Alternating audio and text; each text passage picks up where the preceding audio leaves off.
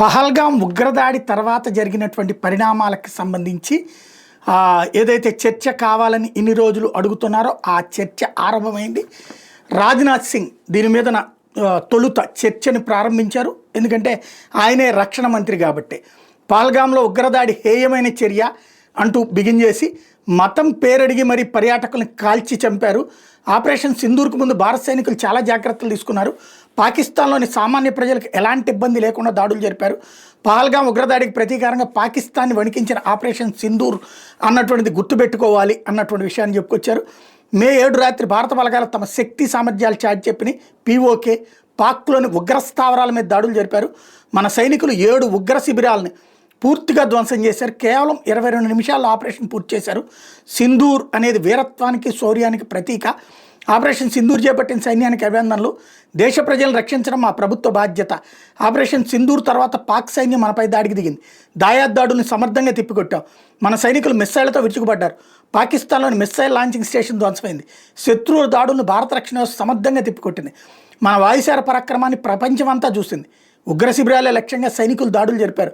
ఉగ్ర శిబిరాల్లోకి చొచ్చుకెళ్లి మరీ ఉగ్రవాదులను హతమార్చాం. భారత్ దాడులను అనేక దేశాలు సమర్థించాయి. సరిహద్దులు దాటి వెళ్లడం ఆపరేషన్ సింధూర్ లక్ష్యం కాదు. ఉగ్రవాదులకు ఆశ్రయం కల్పించే సంస్థలను ధ్వంసం చేయడమే మా లక్ష్యం. యుద్ధం మా లక్ష్యం కాదు. ఉగ్రవాదులకు బుద్ధి చెప్పడమే మా విధానం. మనం చేసిన దాడులతో పాకిస్తాన్ కాళ్ళబేరానికి వచ్చింది. మన త్రివిధ దళాలను తట్టుకోలేక పాక్ డీజీఎంఓ వెంటనే మనకు ఫోన్ చేశారు. మాతృభూమి రక్షణలో మన సైనికులు వీరత్వం కనిపిస్తోంది. ఉదంపూర్ స్థావరాలకు వెళ్ళి మన సైనికుల సత్తా ప్రత్యక్షంగా చూశా. సైనిక సత్తాను ప్రశ్నించిన విపక్షాలకు సరికాదు. ఆపరేషన్ సింధూర్ విజయవంతమైంది గట్టిగా చెప్తున్నాం.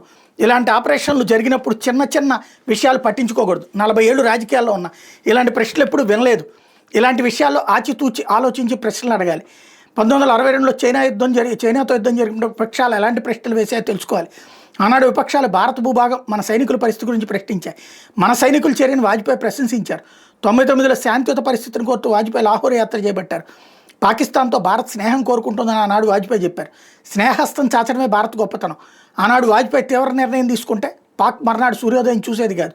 శాంతి కోరడం భారత్ రక్తంలోనే ఉంది. యుద్ధాలు కోరుకోం. ప్రతి విషయాన్ని మానవత్వ కోణంలో ఆలోచిస్తాం. తుపాకులు పేలితే ఎవరూ మిగలరు. ఆపరేషన్ సింధూర్ తర్వాత ఉగ్రవాదుల అంత్యక్రియలో పాకిస్తాన్ అధికారులు పాల్గొన్నారు. దీన్ని బట్టి వాళ్ళని ఆ దేశం ఎలా పెంచి పోషిస్తో స్పష్టంగా తెలుస్తుంది. ఇప్పటి వరకు మనం ఎవరిపైనా దాడి చేయలేదు. పాకిస్తాన్ చరిత్ర అక్కడ ఉగ్రవాదం గురించి తెలుసుకుని మాట్లాడాలి. మనిషి నీతి నిజాయితీతో బతకాలని తులసీదాస్ దోహాలో చెప్పాడు. భారత్ స్నేహస్తాన్ని పాక్ అందుకోలేకపోయింది. మన దేశ ప్రజలను చంపుతుంటే సైన్యం చూస్తూ ఊరుకోదు. పాకిస్తాన్ ప్రేరేపిత ఉగ్రవాదం ఆ దేశానికి ఇబ్బందిగా మారుతుంది అంటూ రాజ్నాథ్ సింగ్ తేల్చి చెప్పారు.